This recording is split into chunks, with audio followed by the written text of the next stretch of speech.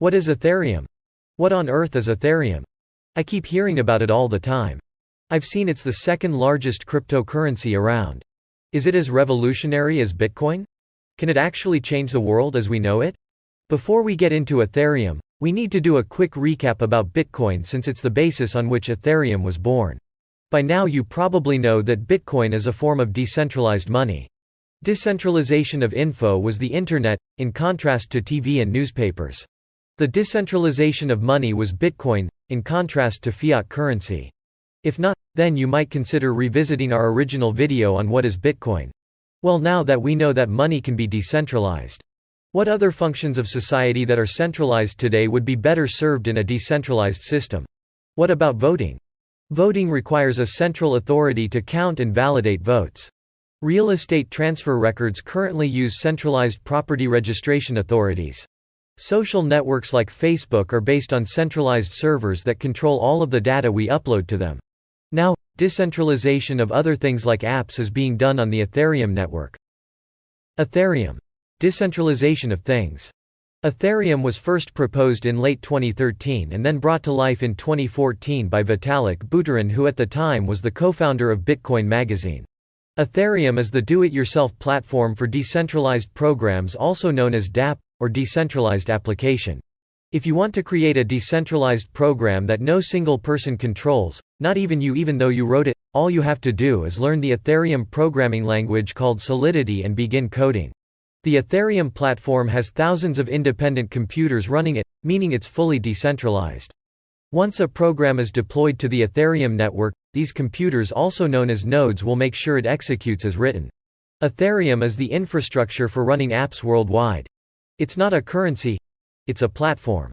The currency used to incentivize the network is called Ether. Ethereum's goal is to truly decentralize the internet. Wait, the internet is centralized? I thought the internet already was decentralized and that anyone can start their own site? While in theory that might be true, not quite. Why Ethereum? In practice, Amazon, Google, Facebook, Netflix, and other giants control most of the World Wide Web as we know it.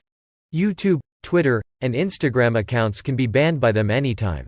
If decentralized, these can be possible. People can rent hard drive space directly to other people and make Dropbox obsolete. Drivers can offer services directly to passengers and remove Uber as the middleman. People can buy cryptocurrencies directly from one another without the need for an exchange that can get hacked or steal your money. How Ethereum works. Ethereum's coding language Solidity is used to write smart contracts that are the logic that runs dApps. The contract is a set of ifs and then meaning a set of conditions and actions.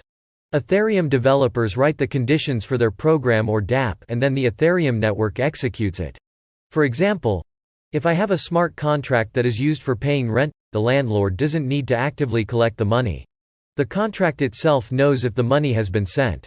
If I indeed sent the money, then I'll be able to open my apartment door. If I missed my payment, I'll be locked out. Smart contract. However, smart contracts also have their downsides. Instead of having to kick out a renter that isn't paying, a smart contract would lock the non-paying renter out of their apartment. A truly intelligent contract, on the other hand, would take into account other factors as well, such as extenuating circumstances. Instead, a smart contract in the context of Ethereum is not intelligent at all. It's actually uncompromisingly letter strict. It follows the rules down to the teeth.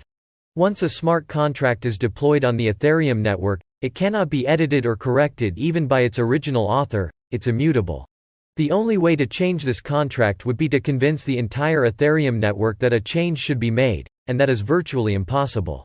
This creates a very serious problem since, unlike Bitcoin, Ethereum was built with the ability to create really complex contracts, and complex contracts are very difficult to secure with a contract.